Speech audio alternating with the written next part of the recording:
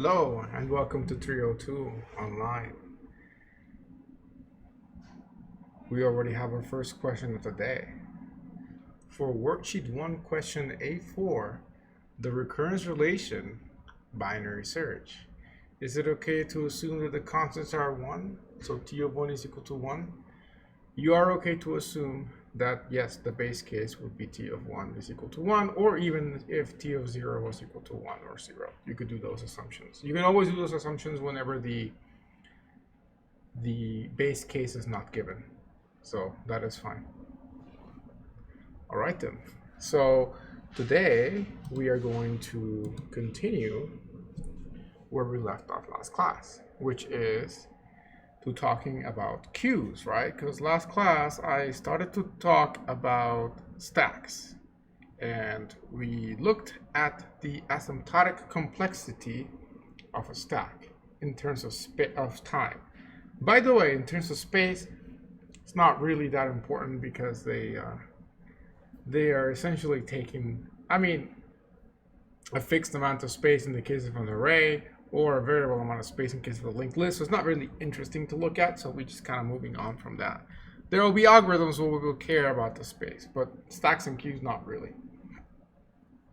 Even for sorting, we kind of care, but it's not even so much either. But we'll see that soon.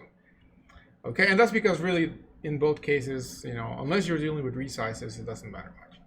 So let us continue with queues. So, whereas a stack is last in, first out, a queue is, I suppose, like the British term of waiting in the line, right? When you go into the queue. So if you go to the grocery store and you stand in line to pay, and you're maintaining your 6 feet distance and all of that, the point is that the first person who got in the line is the first person that's going to get served. And if there's already people in the line, those people will be served before you. But anybody that gets in the line after you is going to get served after you, right? Because it makes sense that you waited the longest of the people from you and behind to get served, but the people ahead of you have technically been waiting longer, right? So the best way to summarize what a queue is a first in, first out system. Another term, first come, first serve, right? When they say first come, first serve, that's basically a queue as well. Okay? So, how do we implement a queue? There's, I suppose, 3 ways to do it. In reality, it's 2, but I say 3 because there's like a good way and a bad way when it comes to arrays. So we'll explore both. But first, let's explore the linked list one, because that's easy and we can get it out of the way. Okay, so if you recall from last class, we implemented a linked list, and sort of implemented a linked list. I showed you how to do the insert function primarily, because that's really the one that matters for all of these things, which is for the stacks and queues. And really, if you remember, there's 4 cases for the insert in a linked list, right? Hold on, let me take my watch off. I always forget to take it off before, and it always does weird things, like it's changing the color right now for some reason, but okay. So the 4 cases are, 3 of them are when there's already something in the list, so it's not empty. And 1 of them is when it's just flat out empty. So basically list is empty, so you just kind of throw it in the beginning and you call it a day, right? The other cases where it's not empty is more interesting because you're either putting it at the start, you're putting it at the end, or somewhere in between, right? So those are your basic cases of inserting into a linked list, whether it's a singly linked list or a doubly linked list, right? And so when it comes to a queue, there's the right way of doing it and the wrong way of doing it with a queue. With a linked list, right? Because let's think about it. Let's think about a singly linked list, okay? This is a little bit misleading when you're drawing a linked list and you're putting the arrows, because if you think of it that way, you might be like, I'm implementing a queue with a linked list. So let me go ahead and say that this is the front of the line, and I can even put a pointer called front, and I can change or rename the pointer from the head to call it the back, right? And you might be like, all right, I'll just implement my queue like that. Okay, cool. All right, what if I want to insert somebody into my queue? Well, I just tell them to get in the back of the line, right? So we see what the back pointer is, and what we do is we get the new, whoa, that was lag. We get the new node that right now is just pointing to null. We copy the pointer of the back, which is the latest, the backest of the line, and we make that the link pointer point that way. So we basically say point there, right? And then we just update back to point to our new node, which we've allocated with temp or whatever. So we make it point like that, right? So that works perfectly fine and good, right? And if we want to find out who the front of the line is, we just see what front is equal to, right? Okay, but when somebody gets served in your queue, you want to remove them from the queue permanently, right? Okay, how do you delete them? Well, I can call delete front, I suppose. But here's the problem. I got to update the front pointer to point to the next front, which is the guy behind, right? So I got to update it here. But if this is a singly linked list, I can't do that easily, right? There's no way I can go backwards. If it's a double linked list, no problem. I can just take the previous pointer. But in a single linked list, I can't. So I actually have to get the back and then run while, or recursive or whatever, run through the entire list until I get here and now update it, right? That's inefficient, right? That's not going to take me O of 1 time. That's going to take me O of n time every single case, actually. Because every single case, I got to go through the full list. To insert, no problem. O of 1 time, I just get the back pointer. But to remove, O of n time. That's bad. I mean, it's bad because there's a better way of doing it, okay? So let me propose to you a better way of implementing a queue that is a little bit counterintuitive when it comes to the arrows, but it will make it O of 1 for both the enqueue operation, which is inserting into your queue, and the dequeue operation, which is removing from the queue. Let me write those down. Enqueue and dequeue. So whereas in a stack we call them push and pop, when it comes to a queue, you don't really call them push and pop. I mean, you could, but people will be looking at you strangely. So you call them enqueue and dequeue. N for like enter the queue, and dequeue for like delete from the queue, I suppose. I don't know. It just really means enqueue and dequeue. It's like English terms. But anyways, hopefully any of those links make you remember which is which, okay? So the way we're gonna do this so we can achieve O of 1 for both basically the insert operation and the remove operation is going to be dog. Hello, dog. Okay. Dog wants to be here, so I guess I'll put her back there. Okay. So for the way we're going to achieve that is we're actually going to flip the way this is implemented. We're going to say that the back of the queue is actually where the front used to be, and the front's going to be where the back is. So this is actually going to be the front over here, and the back is going to be here. Okay? So our head pointer is front and our tail is back. I guess by that name it actually makes sense. But the arrows make it look weird, right? Because, when we think of waiting in the line, we're facing the front of the line, right? But the arrows here are facing the back of the line. That's just the way it's implemented, but it works better this way. Because here's the thing now. If we implement it this way, if we want to insert a node, which we always put at the back of the queue, that's easy to do. Just basically get the pointer for back, which is currently pointing there. Update the next pointer, which is the link pointer here. That's this one right here. Update that to be equal to your new node, which let's say is called temp, right? So temp equals new node, whatever the data is there, okay? New node X, okay? So you're just updating basically back next to be temp, okay? And then once you do that, which basically is saying, okay, insert this here by updating this pointer that was currently to null. By the way, this was null beforehand, but now it's no longer null. Now it's pointing to temp. Okay, so now what we got to do is we got to update the back from there to there. There's a lot of ways of doing that. The easiest way to do it is just to say back equals temp. If you want it to be fancy, you could also say back is equal to back next. I don't know why you'd want to do that, but I guess why not? So you could do that as well. Yeah, that's pretty much it. So yeah, that's how you enqueue. Now, how do you dequeue? So that takes O of 1 time because it's basically just that. There's no traversing of the linked list required. Okay, cool. No advantage yet because we were able to do that with the other method too. The advantage is when you dequeue, because when you dequeue, all you got to do is basically do whatever you want with the data. So like you can just say front data and save that to like some variable, print it out to the screen. Whatever you got to do with the data, you can do it immediately. And then to remove it physically from the actual queue, all you got to do is update front to basically point to front next. Okay, so front equals front next. Now, that will cause a memory leak if you don't back it up somewhere. So what you can do is you can make a temporary pointer called, you know, like no temp again, I suppose. Set that equal to front. And then go ahead and update front so it's pointing to the next available thing. And then go ahead and delete temp. Okay? And I suppose in between here you can also see out to the screen, whatever you want to do. Okay? But that's pretty much all there's to it. It's a very simple process to do, and it's a constant time thing. So now we've achieved O of 1 for both the NQ and the DQ.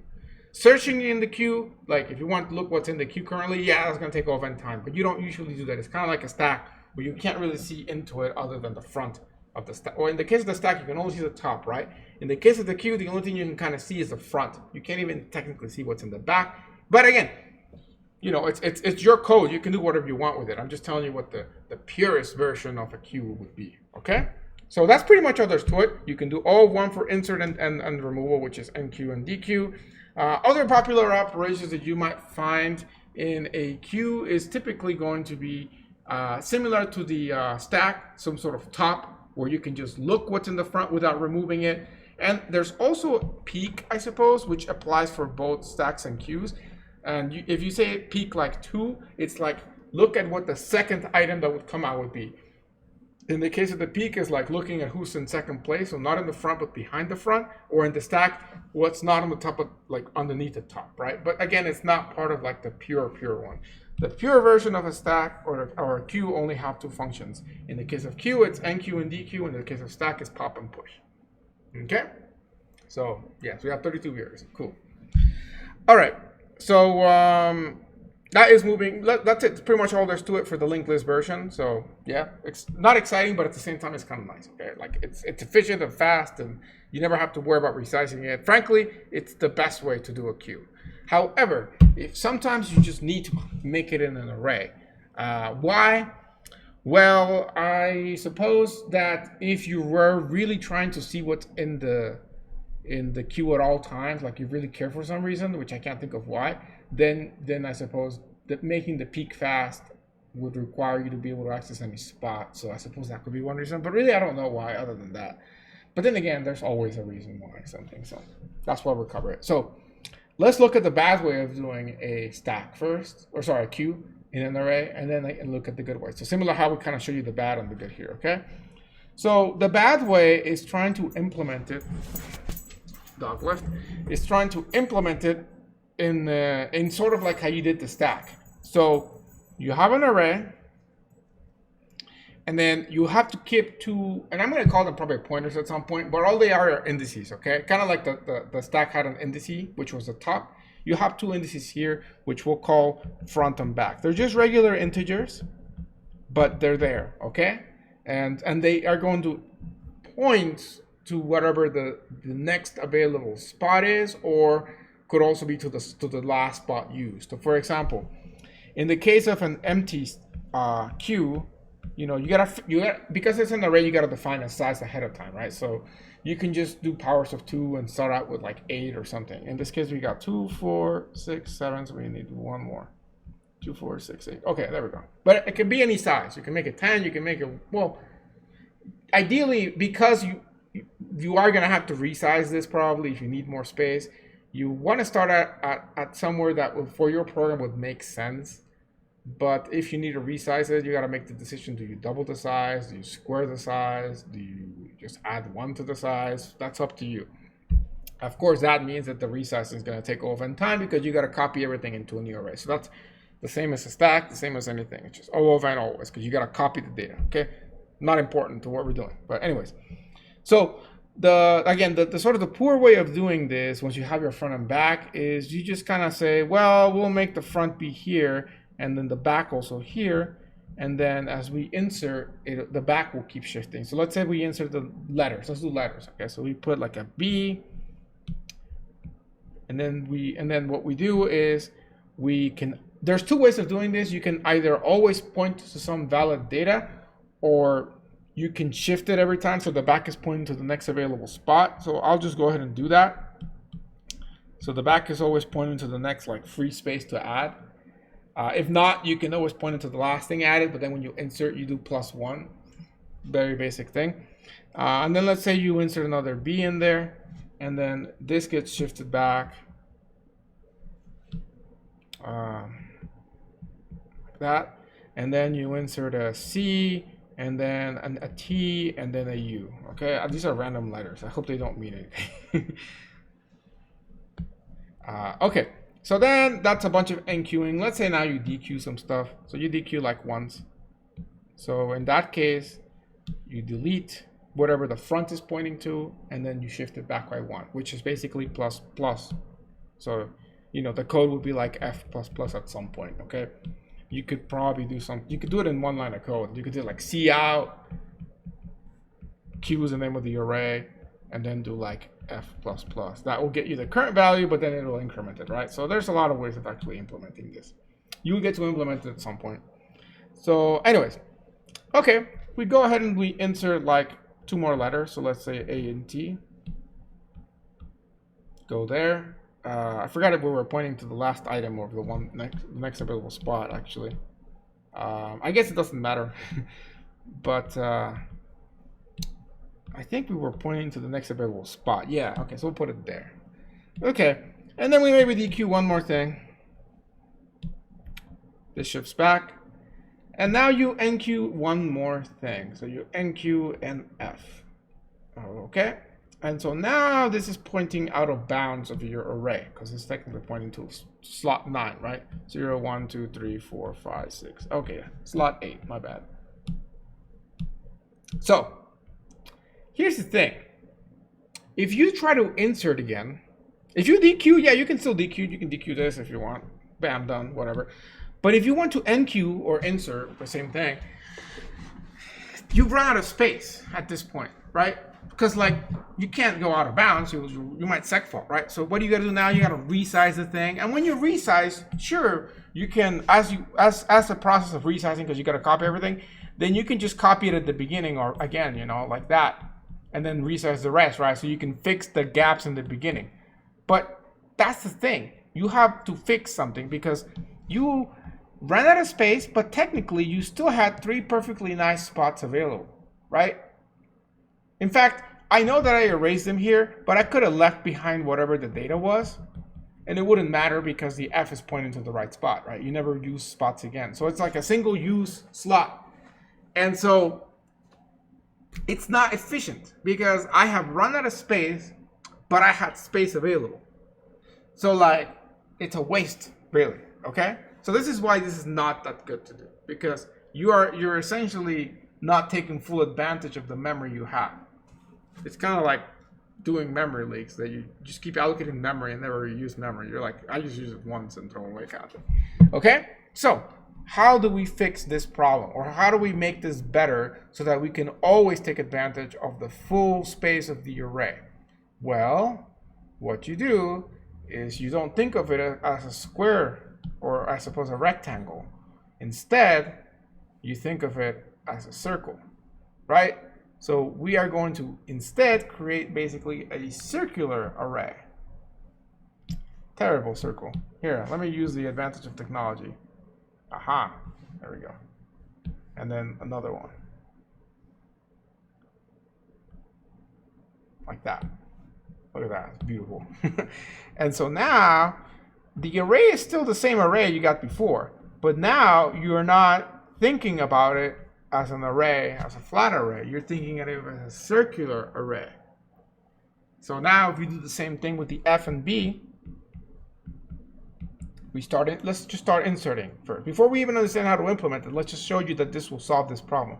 Let's start throwing in letters. Let's say we put in like an A, and then we go ahead and say this is the back of it. Here, let me just get rid of the arrow, and I'll just put it next to it, okay? So this is the current back. We then put a B in, and then now this is the back. Let's just get rid of this other circle. And then we put in a T, and then an M, and then maybe like an F, okay? And then we go ahead and DQ something. So let's say we DQ that. So then this shifts forward to here and whatnot. Okay, maybe DQ one more thing. Oh no, we broke our beautiful circle. There we go. Okay, so there we go. We kicked it out. So now let's go ahead and NQ more things. Like let's NQ three things, like O, N. How about that? And then one more letter, maybe S. Okay. So before, this is the point that we would have run out of space, right? Because I think that's where we started here. So like we would have been out of space, but now we can even DQ one more thing, and then this thing keeps moving. But now if we go ahead and NQ something, you know, let's NQ A and A again. So A, this will then be here. So you see that? You see how we're basically, it's like a little snake, like the game that's chase your tail kind of thing. We're chasing our own tail, but as long as we have space, we're good to go. Now, yes, if in this case we insert, well, if we insert one more time, we're still okay. The B and the F are together. But if we try to insert again, that's when we know we have a problem, because we have B and F pointing to the same spot, which can mean one of two things. The queue is empty, or the queue is full and about to overflow because you're trying to put something in the next time you do it. Ouroboros, I don't know what that means. Oh, is that the name of the game? That does not ring a bell, but maybe it is. But yeah, so essentially, by using the circular queue, we can take advantage of all available space. The thing that eats itself. Ah, okay, cool, nice. So I need to see a picture to refresh my mind, but yes. So, okay. So essentially, we have solved the problem of wasting space. Now, this does not magically fix the problem if we run out of space. We really run out of space. So when we actually have the thing full, like max capacity, then yes, you have no choice but to resize. Use a linked list if that's the big issue. But at least we have maximized the usage in terms of the array. Okay? Now, how do we actually implement this? It's actually pretty straightforward to do as long as you use a modulus operator for this. So essentially, if we were to, you know, let me make a, we can do the same size. So let me just give indices to these things: 0, 1, 2, 3, 4, 5, 6, 7. And so let's go ahead and make a flat version of this. Okay. 0, 1, 2, 3, 4, 5, 6, 7. Okay? And so if V crosses F, we have to resize. Yes. That you have no choice. Like, that means you're truly full. So what you want to do if you're trying to NQ, so we'll call the function like void NQ here. And we'll say, oh, I guess we're using cars. So we'll use car C. Okay, make that parentheses better. So if you're trying to do that, what you're going to do, assuming that you have FMB as your front and back, when you want to insert, first check whether the back plus 1 is greater than or equal to the size. Okay? The size being the size of the current size of the array. So like size in this case is equal to 8, right? 2, 4, 6, 8. If that's the case, then that means that you are going back from the tail to the head, right? So this is the part where you're circling around. So what you want to do is you want to reset B so that it doesn't overflow to be equal to -1, okay? And that's why -1, because then I can increment it without having to decrement it again. So it's a little bit of a hack. So if we call the array that we are storing this in A, just R or AR, whatever, then all you got to do to figure out where to insert is just increase it again and set it to whatever you're putting in.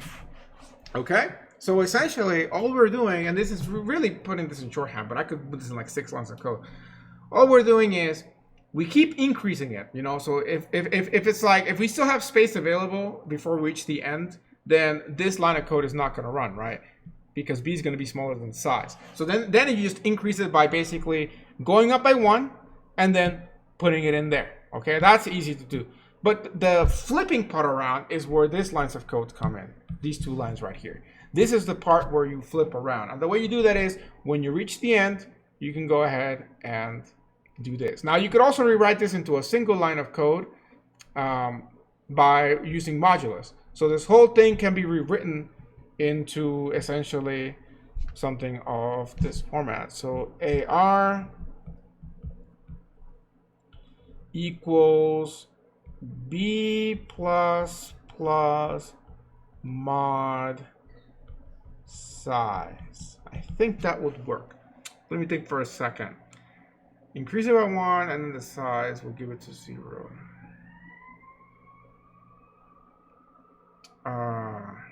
I think that's good. It might need the plus afterwards.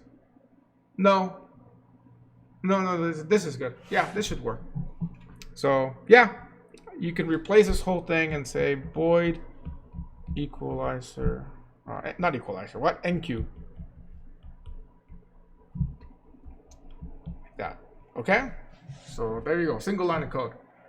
So that's for the NQ. For the DQ, it's a little bit similar. It's basically the same thing.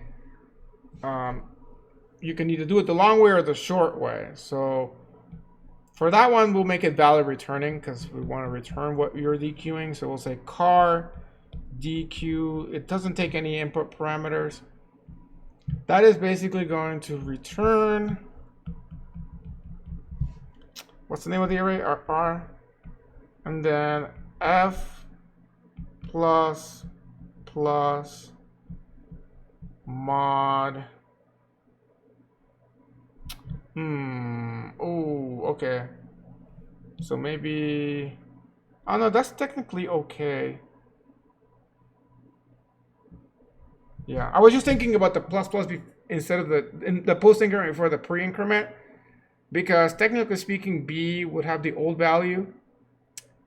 Yeah, so yeah. So because it has the old value, I think we want to use pre increment for that. Otherwise, it will mess up. Because we want to increase it and then go ahead and output it. So yeah, just like yeah. Because otherwise we'll keep running on the same spot like 50,000 times. So yeah, okay. So use pre-increment and yeah, mod size here. So that should work for your DQ. Okay. If not, then you can try fiddling with the code, but I'm pretty sure it should work. For the resizing, it's a little bit tricky because you don't, when you resize, you have to be very, very careful to not screw up the basically, let's say that you have something like of this format, 1, 2, and well, here's the thing. If you're resizing, it's because it's full, right? So when you copy it over to the new array, you can just put it in like that as you had it before, but you want to make sure that your back is pointing to the new available spot, which will be with the new size, right? And you still want to make sure your front is still pointing there. So you got to be careful because I can't remember exactly, but I've had situations where it screws it up. I think it's mostly the issues I've had was with the stack. I can't remember. It's been a while, but some people told me they had issues because we tried coding it. So I think the issue was actually with dynamic allocation. So don't worry too much about that. But yeah, it's essentially just copy it over to a new one, and then you're good to go. Okay. So, anyways, does anybody have a question about stacks or queues? Or are we good? If we want to analyze the asymptotic complexity of a stack or a queue with an array, if you do it the way I showed you, then it'll be O of 1 for both the insert and for the NQ and for the DQ, with the exception of when you have to resize, in which case it will be O of N because you have to copy over the entire thing. So, yep. If there are no other questions, we shall move on into sorting.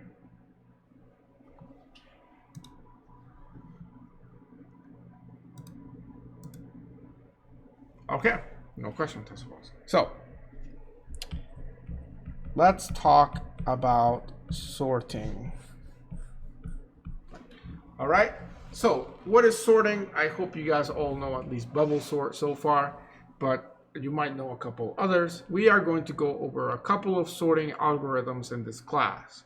We're going to go over the majority of them now, but we will leave one to cover later on. We won't cover heap sort right now because we first have to cover what heaps are before we can do heap sort.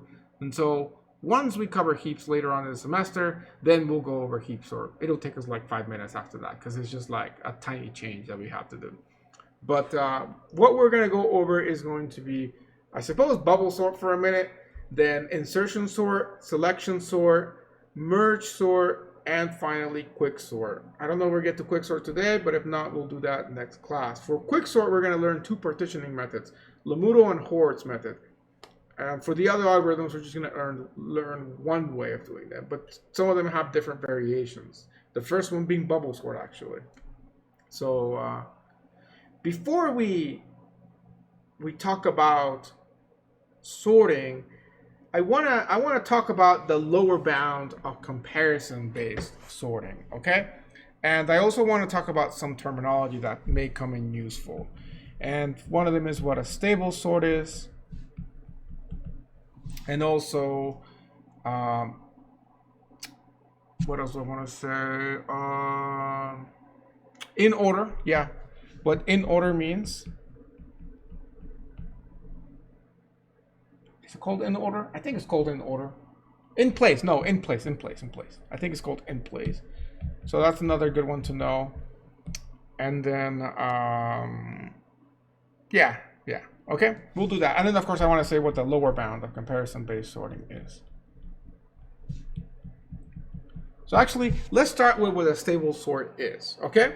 So, some sorting algorithms, like bubble sort actually, are what is known as a stable sorting algorithm. Now, what a stable sorting algorithm means is that if you're given duplicate keys in what you're sorting, it will respect the ordering of the input. So, give you an example. Suppose that I am sorting in a...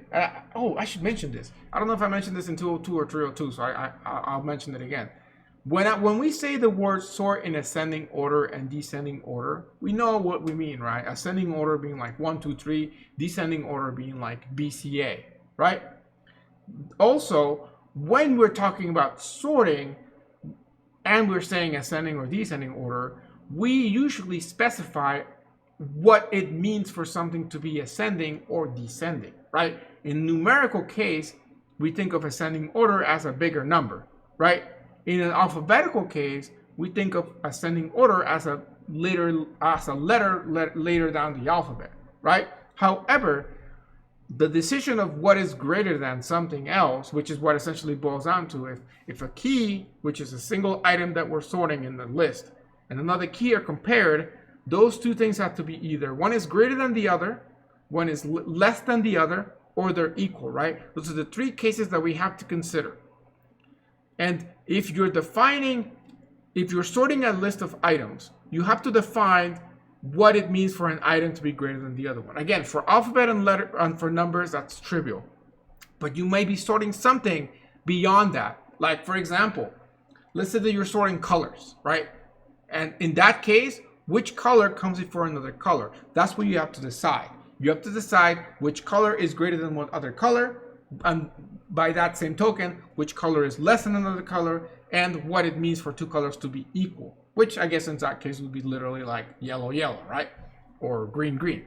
But that is something that you have to decide, okay? So that's kind of something that I think you all knew already, but it's good to point out because it's going to It's important, right? Because you don't always sort things that you necessarily are like, oh, okay, this is what it means to be ascending order. This is what it means to be descending order. Sometimes you have to define that, especially as a programmer, you have to decide. If somebody told you to sort a bunch of car brands, then you may intuitively say, okay, I'm going to sort alphabetically. And how do you sort alphabetically? Well, in a computer has to turn that alphabet into letters, right? It uses the ASCII code for that. And if you're sorting the names of the cars, some of them start with an uppercase and some start with a lowercase, your sorting is going to be kind of messed up because it turns out that in the ASCII table, I believe it's first the uppercase and then the lowercase. So like Toyota with a capital T is going to come up before Audi with a lowercase a. Okay? So that's something that you have to be aware of. Again, when you're sorting, you have to define, are you sorting by ASCII or are you sorting by actual alphabet? In which case, you have to work around that issue by lowercasing everything or making your own sort of key, okay?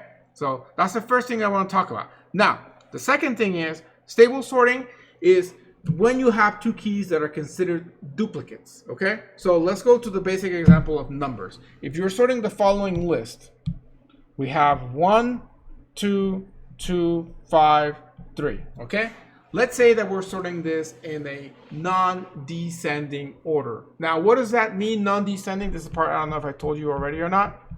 Non-descending is kind of the same thing as saying ascending order, okay? The reason why we like to use non-descending sometimes is because ascending does not have a case for when things are duplicate. Because technically speaking, if I had a list that was made up of all 2s, this list is not ascending and this list is not descending, right? It's just the same. So it's kind of like an edge case. And so because of that edge case, when we're trying to express ourselves in a better way, if we want to sort something in what you would consider ascending order, we say non-descending order, because non-descending means that yes, things are rising, but also that they could be duplicates, because technically speaking, a duplicate list is not descending, it's staying the same, right? And so that's using the word non-descending helps us to cover that special case with duplicates, okay? So I would just use the word ascending most of the time, but technically speaking, the correct term is to say non-descending.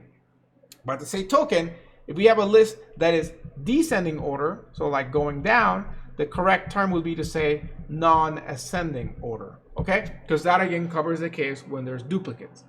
So I suppose that's it's kind of like a technicality, but it's important to be aware of as well, right? You don't want to get caught on those technicalities in the midterm. So yeah.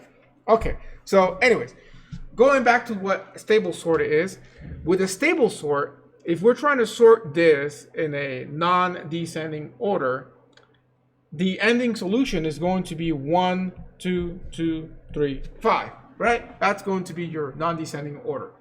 However, what about these two here? Do they get flipped around? Do they not get flipped around? Like, let's just use different colors for them so that we can kind of better identify them. So suppose that we had this. One of the ways that they could end up is like this, but they could also, in theory, end up like this. Right? Either one could be the case. You should be asking yourself, why do I care? Like, whatever. They both 1, 2, 2, 3, 5, right? We're good to go. Call it a day. Go home, right? Well, here's the thing. The other situation about sorting is that you're not always just sorting one piece of data. However, you do pick usually one piece of data to use as your key for sorting. So, suppose that you're sorting your cars, right? And you got Toyotas and you got your Audis that you're sorting, okay? You got other brands too, but you got those two. Turns out that within the Toyotas, you are sorting more than one model, or is the right term model? Yeah, I think model. One model of the car. You're sorting a Corolla, but you're also sorting a Camaro. Wait, no, that's not Toyota.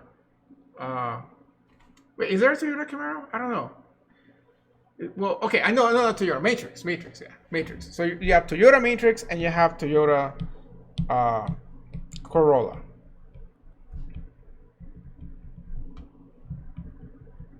Okay. And then you have a bunch of Audis and other car brands, right? But here's the thing. As you're sorting the list, you're only sorting based on the brand of the car, not necessarily on the individual models of it, okay? So as you're sorting, you may want to have the list respect the ordering that you gave it in initially, right? So like, I suppose if we wanted to match the 1, 2, 2, 3, 5 situation, the Audi would be here. So I don't know what an Audi A8, I think that's the actual real car. And then what's after T? That's a hard one.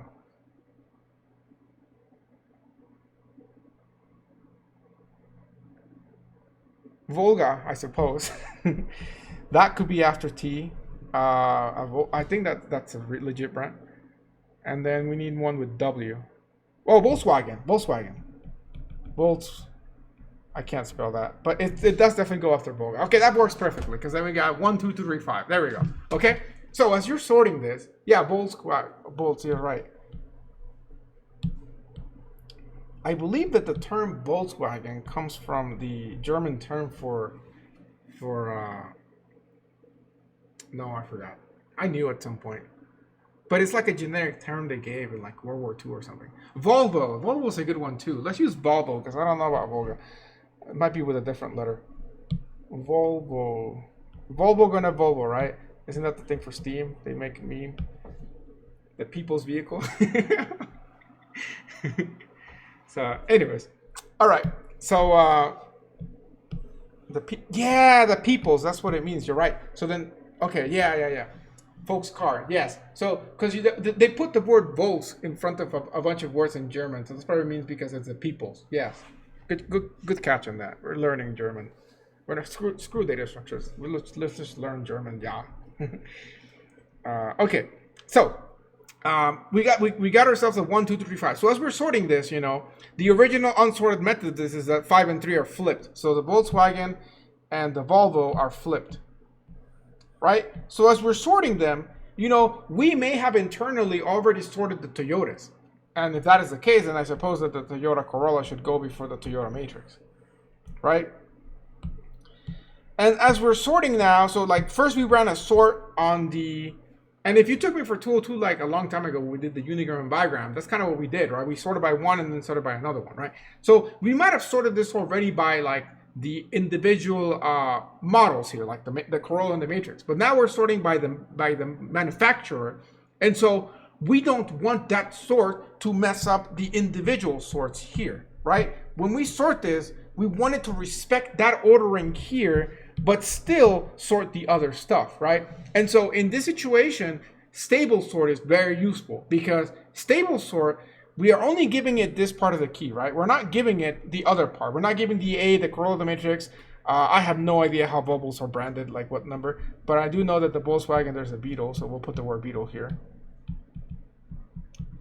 Let's just say that it's like S8 or something, okay? So for Volvos.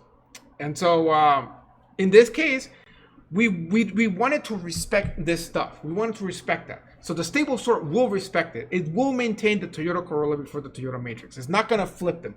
Some other sorting algorithms like quicksort will like YOLO everything and will flip it all. So like it is possible that the final result might have Toyota Matrix before Toyota Corolla once it sorts everything else alphabetically, right?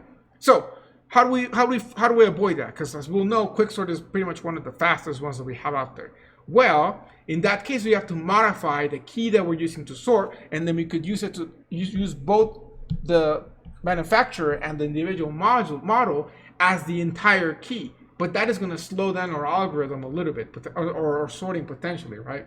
So there's pros and cons in that situation. But frankly, I would use quicksort over like bubble sort because it's stable, just because quicksort is going to be faster, and then deal with making the multi-key system. Okay, so that's what stable sort essentially means. When you have duplicate keys, you go ahead and you respect them. They never get flipped. You're guaranteed that they will never be flipped. So one way that you could sort something, and this is what we did in 202 that long time ago, is you had a two-word phrase, right? So you first sort by this phrase here, or by this word, and then sort by this word here. And if you do that, the entire thing will be sorted by both first and second word. That's a nice little trick to do with stable sorting algorithms, okay? So that's stable sorting algorithms. Yeah, bye, Grandma Simon, you remember it. Good man. Okay, moving on to the next thing, we have the in-place sorting algorithms, okay? So, what is in-place?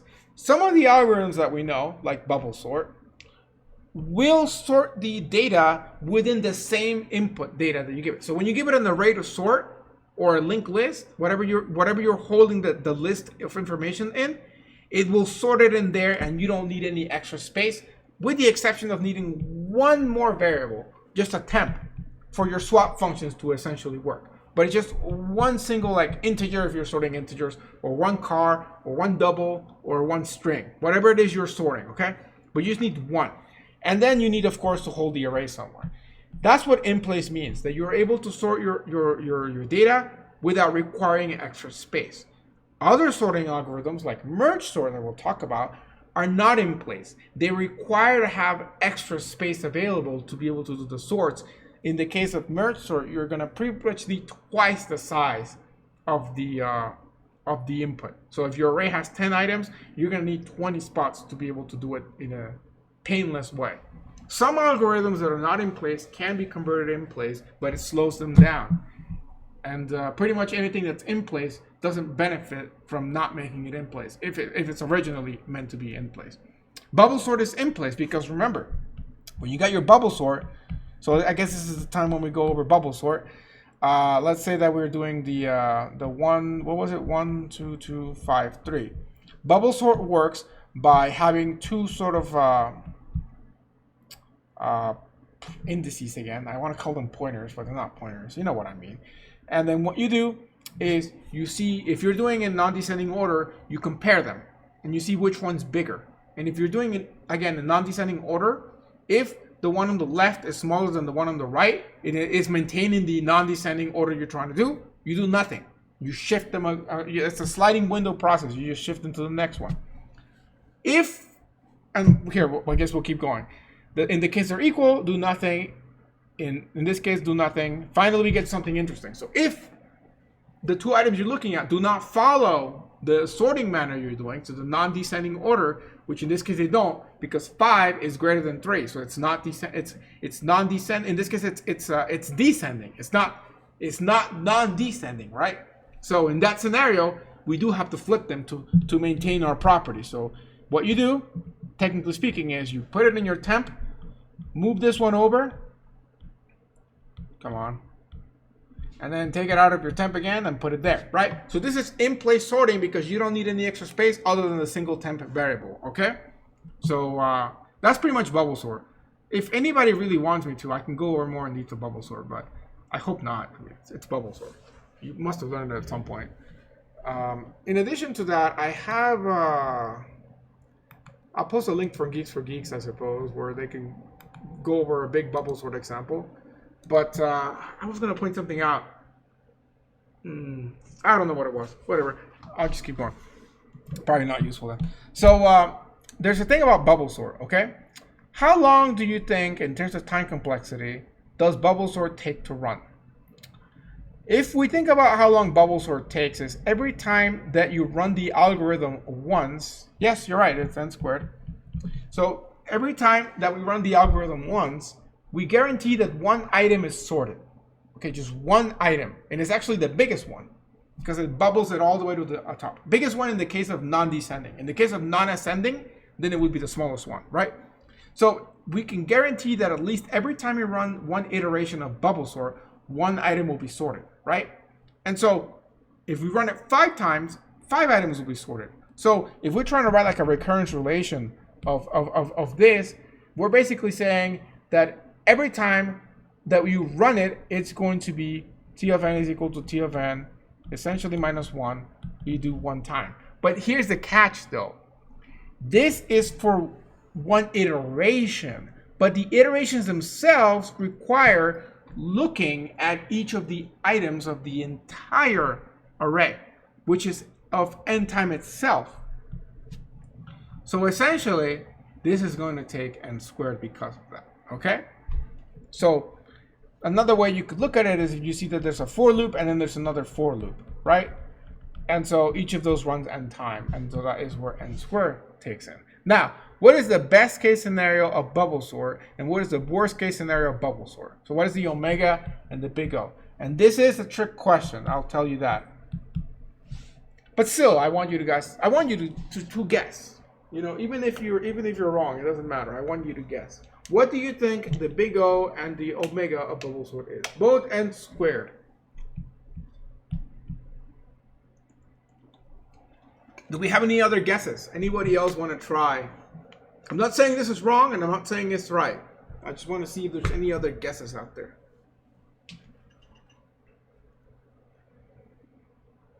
O(n) squared and omega n squared. So you're both thinking it's n squared. Okay. Let me tell you that the answer is it depends. It depends on the algorithm. If you implement it in the most basic, simplest form of bubble sort, which is essentially 2 for loops and an if statement with a swap function, then yes, you are correct in claiming that it will take n squared in the best and worst case scenario. By the way, what would have been a good case scenario, basically? Well, there's no good case scenario for bubble sort, but the good case scenario would be that the list is sorted, because it would require the least amount of swaps, which is exactly 0 swaps. However, it's still going to take n squared time because it's got to run through the 2 loops. Can we make this better? Yes, we can. If you go on like Geeks for Bubble Sort or whatnot, and you look at the code, there's only one real change you got to do to bubble sort to improve the omega time from n squared to just being n. And that is to detect if the list is already sorted at the beginning. And how do you do this? Add a Boolean flag basically on the in-between loops here. So we'll say bool done. We'll call it done. We'll set it to false. Then as we run through the inner loop, if there's at any point a swap that happens, so like, you know, you do your comparison, you say like A less than B or whatever, and then you do your swap here. When you do your swap, set done to, I suppose I'm right. In this case, I guess make this true. Make done true. Assume that we're done, yeah? And then if you do a swap at any point, make false for done. Yeah. If you do it this way, if there's at least one swap as you run through an iteration of bubble sort, that means that you're not done yet. Possibly. You could be done technically, but most likely you're not done. If you run through an entire iteration of bubble sort and there were no swaps, it means that nothing changed, which means nothing bubbled, which means you are definitely done. So in that case, you can just go ahead and after you're done with that loop, check that if done is still set to true, then you can just add a break statement. And if you do that, you will kick out of the loops and truly be done. If you do this case, then it will not just will it help the omega to lower it to n so that it detects a sorted list, but also if you finish sorting ahead of time before you actually run it n squared times, it will actually terminate it early. So in the case of the numbers that we had, the 1, 2, 2, 5, 3. In the first iteration, it will switch the 3 and the 5, right? It'll still keep going. Starts again over here. It runs through everything here. No swaps happen, which means that done is still set to true. So now it'll break out and finish because this is done looping. Otherwise, technically speaking, you would still run through this 5 times potentially. Okay? That's one thing that you can do to make bubble sort better. The other thing that you can do to make bubble sort better is, as I told you already, every time you run through an iteration of bubble sort, one item is guaranteed to be sorted. So the first time you're guaranteed that the 5 is in the right spot, then the 3, then the 2, then the 1, then the other 2, and then the 1. Because of that, you can make one modification in the second for loop of the bubble sort algorithm, and you can, instead of saying like j is equal to 0, j is less than size, we'll just say size is equal to s, and then you do j plus plus. Instead of setting j is equal to 0 there, or sorry, no, instead of saying less than s, you can say less than s minus I, which I being the iterator of that loop. If you do that, what's going to happen is it will not do the final check when it's running through this The first time I will be 0, so it'll just do everything. The second time it'll be I is equal to 1. So it's not going to do the final comparison of the 3 and the 5 the second time it runs. And then it's not going to do this comparison, not this comparison. And that will actually, it's an unnecessary comparison because that is already sorted. You're guaranteed to be in the right spot. If you do that, your time complexity is not going to change. It's still going to be n squared. And even omega would still be n squared if you don't do the other modification with the Boolean. But technically speaking, it's still better. So it's like we went from bad to a little bit less bad, okay? So that's all I'll say about bubble sorter, because I'd rather move on to cooler stuff, okay? So if anybody has any questions about bubble sort, let me know.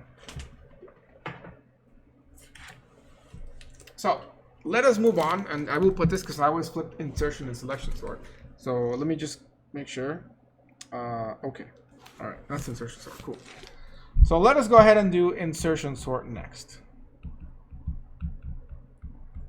So we ended up, by the way, with bubble being O(n squared), omega of n if you do it right, and theta of n is still n squared because like pretty much every single case you get n squared, with the exception of like the sorted case. And I suppose it's good to know.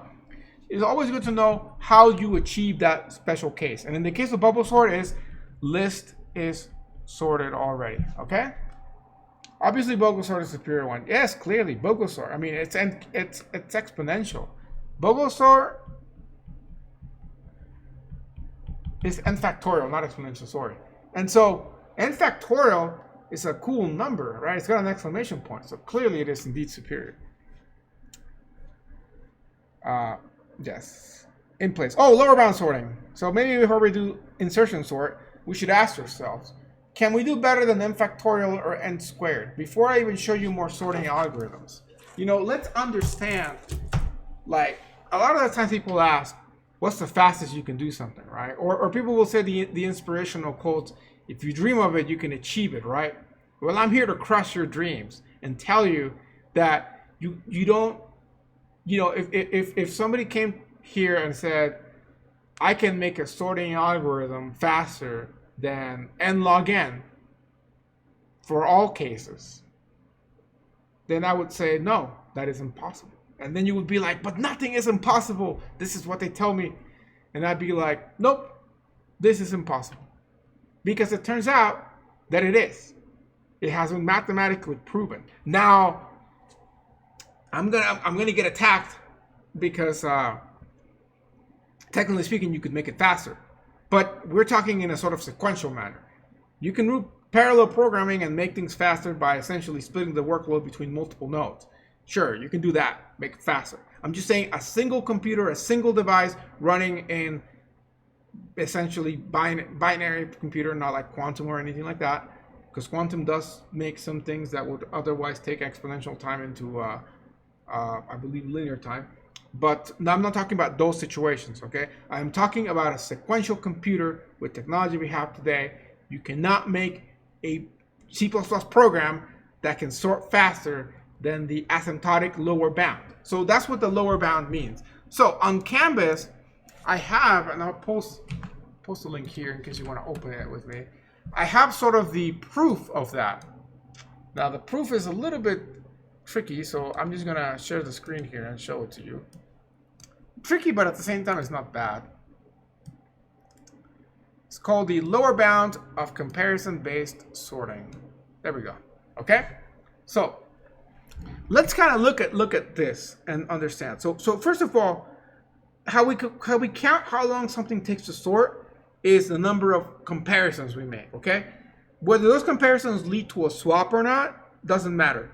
The fact that we have to look at two numbers and see which one's greater than the other one, less than the other one, or equal to the other one, that is a single comparison. Think about bubble sort.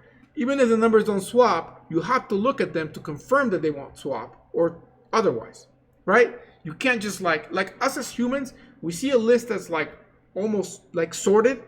You know, if we see a list that's sorted, we can look at it immediately and be like, yeah, this is sorted, we're done. Or like, no, it's not sorted, these are wrong, right? We have that capability, but before you jump to conclusions, let me change this here and say, instead of looking at a list this big, look at an entire like binder of numbers. And then tell me if that is sorted or not immediately. You can't do that. You have to scan each page, and that's actually more cumbersome because you might actually miss a number. So you have to like literally be very careful not to miss a number, right? Same thing with the computer. We are caring about the number of comparisons, not the swaps, but the comparisons, because each of that takes time. So now that we understand that, let's talk about what a permutation is. That's discrete math 1 or 2. I think it's actually 2. So you'll learn more about that, but I'm here to tell you that if you want to find out how many times you can mix numbers in a list, you can do that. You can figure that out easily using factorial, actually, which is why Bogo sort is factorial time complexity. So what is factorial? If you don't remember, like 5 factorial means 5 times 4 times 3 times 2 times 1. Okay, the times 1 doesn't really matter, so you just can say times 2 at the end. So that's what 5 factorial means, and that will tell you how many sort of mixtures of the same numbers you can have. So if you have a list of 5 numbers, and those numbers could be any number, you don't know what it is in there, how many different permutations of them can you do? You can figure that out by taking in factorial, 5 factorial, which I believe is 120, I think. 5 times 4 is 20, times 3 is 60, times 2 is 120. Yeah, so 120, okay? So that's the number of combinations that we could have for a list that we're sorting, okay, of size 5. It would be 120 different ways of organizing these numbers, okay?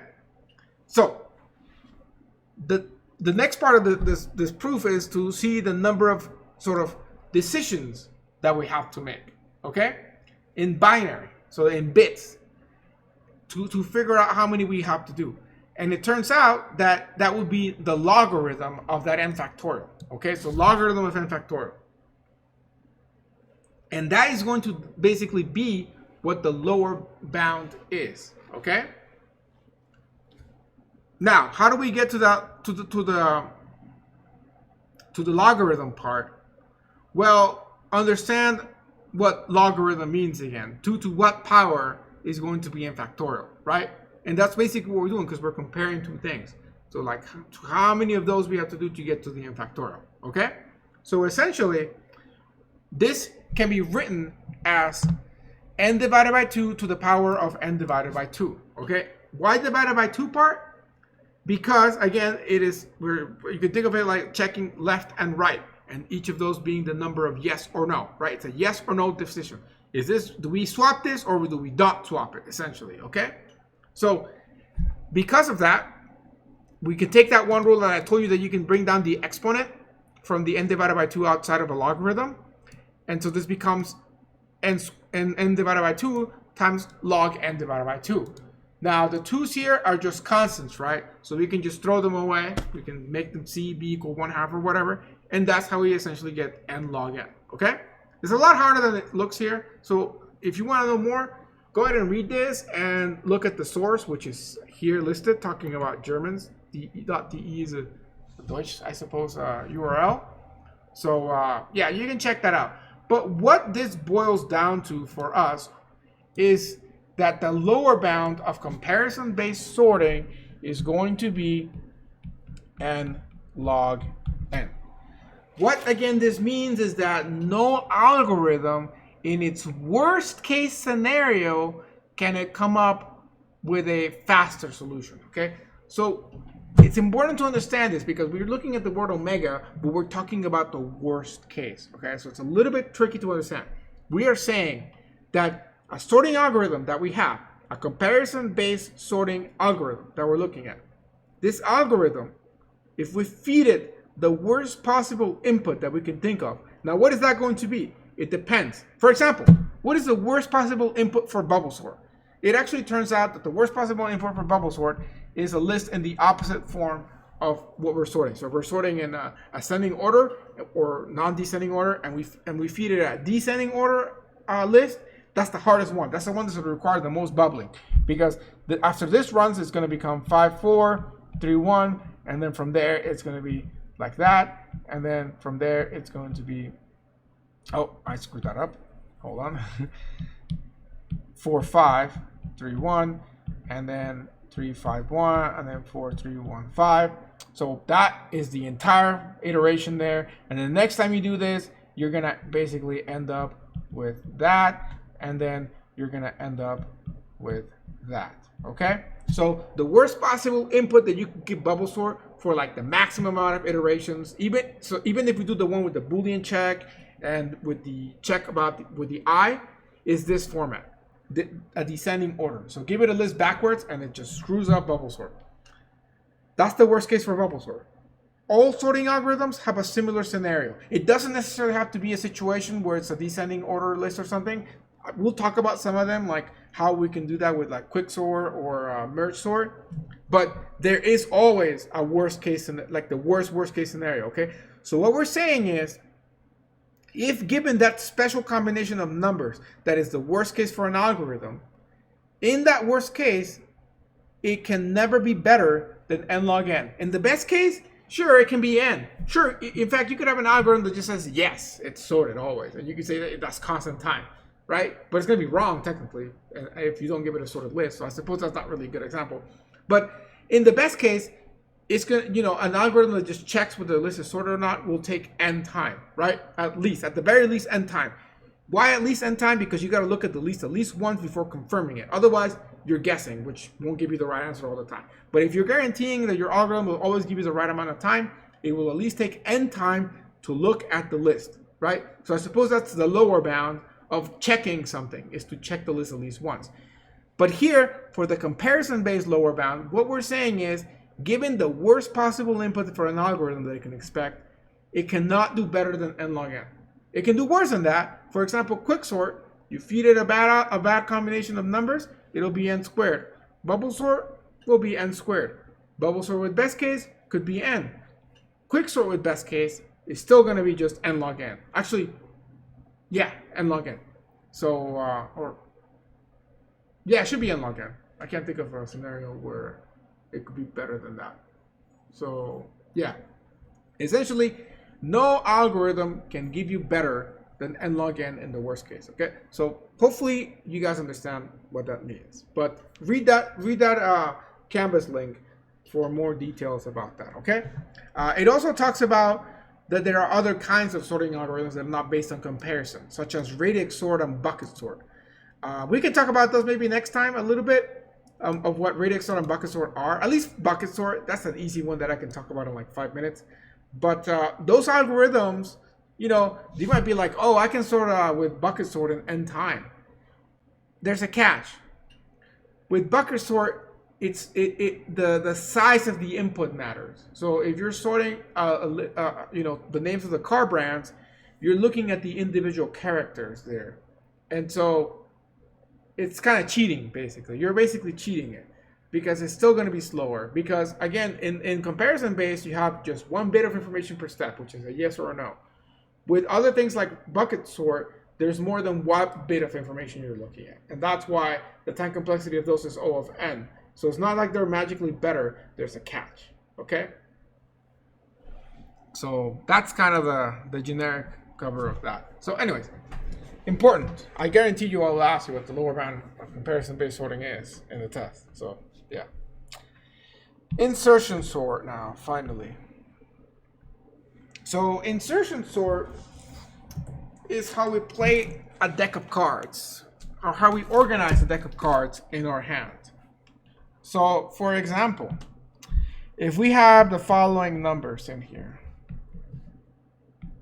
okay, and we're running insertion sort, as we go, we start looking at this, and then we see if that is in the right spot.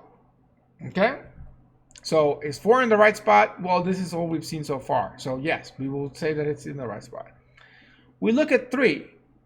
What we have to do now is we have to scan the list. So we think of splitting the list into 2 parts. The sorted part and the unsorted part.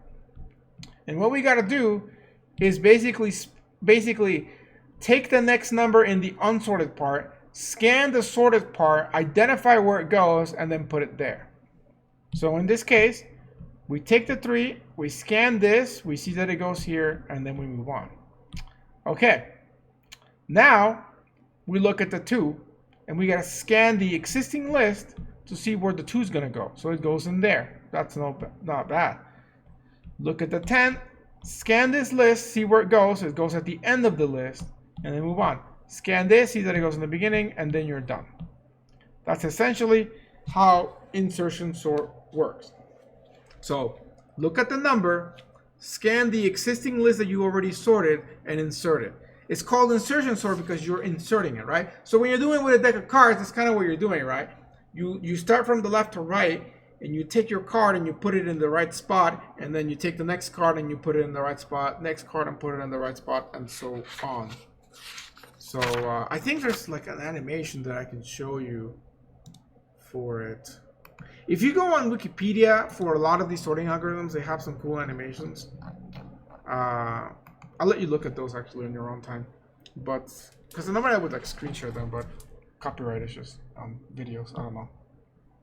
So, but here, let me do one more example of that. So let's try 1, 5, 4, 2, 2, 8, 4. Okay. So what I'm gonna do is I see the 1. Okay, just the only thing I have. I see the 5. The 5, I have to look and see, is the 5 greater than the 1? Yes. So it goes after. Okay. Then I look at the 4. So I got to look at the 4. I got to start over. Is 4 greater than 1? Yes. Is 4 greater than 5? No. Okay. So that means it must go in between there. Now I look at the 2. Is the 2 greater than the 1? Yes. Is the 2 greater than the 4? No. So it must go in between. Look at the other 2. Is the 2 greater than the 1? Yes. Is the 2 greater than the 2? No. So in this case, there's 2 ways you can handle this. You can stick to what we were doing, which means put it in between.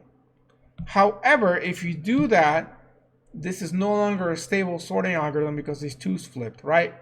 If you want to maintain stability in insertion sort, it's very easy to do. All you got to do is, if the number is that you're looking at is greater than, or sorry, is not greater than, then you keep going. So in the case, you look at the 1, is the 1 not greater than 2? Yes, keep going. Is the 2 not greater than 2? Yes, keep going. Is the 4 not greater than 2? No. So then you insert it. And by doing it that way, then you make sure that you maintain stability in the algorithm. Okay, so just a single tweak you gotta do with the less than or greater than comparison, but you can actually make insertion sort easily a stable sorting algorithm. Okay? So how long does insertion sort take to run? It turns out that insertion sort is pretty slow. As slow, maybe I would say as slow as bubble sort, because it's going to take n squared time. Now the n squared might not be obvious as to the why, but think about it. There's one loop to run through all the numbers, but the second loop is because once you find the number you gotta insert, you gotta scan the sorted side of the loop to figure out where it goes, right? So the first time you run this is gonna run n time. The second time it's gonna run n minus 1 time. That's one of the loops, and then n minus 2. The inner loop on the other side of the sorted loop, but the first time it's gonna run 0 times, then 1, then 2, then 3, and then 4, right? So this one goes up, this one goes down. Well, it still turns out that this will essentially be, I believe it's like n times n minus 1 or something like that. So if you solve that, you basically get O(n) squared. What is the auxiliary space? This, if you do it right, you can make it in place. So essentially, you don't need extra space other than the swap variable. Now it's a little bit of a pain if you do that, because you have to shift things around to be able to fit things in between. So like as you're doing this, you know, if you have 1, 2, 3, 5, 4, 8, and you gotta insert this here. Actually, that's not a good case. Let's put in a 6 in here. Actually, let's put a 5 and a 6. Yeah, 5, 6, and now you're looking where to insert this, right? It has to go here, right? But this doesn't have that space conveniently there. You have to shift everything from this spot forward to be able to fit it. So this one shifts and this one shifts, and then you gotta put it there, right? So as long as you do that shifting, you can make insertion sort an in-place sorting algorithm.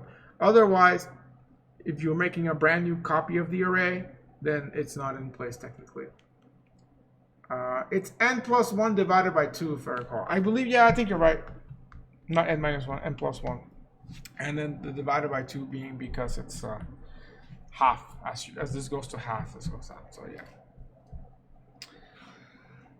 So sorted and unsorted sections are all part of one array, not two separate ones. No, it's all part of one array. You just keep track of it, essentially. So what you're comparing is the beginning of the unsorted section. That's how you know, right? Because if right now, after we did this, the next number we're looking at is this one, right? So anything to the left of that is sorted. Anything to the right of it, if we have the other numbers in here, is unsorted. So that's what you use to signify where it is, okay? Oh, I guess I never talked about whether something online or offline. So I don't know if I want to talk about it. That's kind of beyond the scope of this. But there's online algorithms and offline algorithms. Online algorithms don't require you to have the entire data set. So like if you have a massive list, you just need a section of it. So this is technically online. But again, not really to talk about. They'll talk about that at some of that's more like a machine learning kind of thing. So yeah. Uses. I have a thing about uses of insertion sort. So it can be useful when an array is almost sorted and it just needs to do a few maneuvers. The fastest sorting algorithm right now that I'm aware of, comparison based, is actually a combination of merge sort and insertion sort. And it's called PimSort. And that's the one that like Python and Java use when you call the sort function. And I believe it's a combination of that. So basically, I believe it uses merge sort for everything, but when the list gets small enough, it uses insertion sort, I think. So, yeah. I guess that's where we'll stop since we're out of time. We'll talk about selection sort next time. But, yeah. So, any questions about insertion sort, bubble sort, or anything else?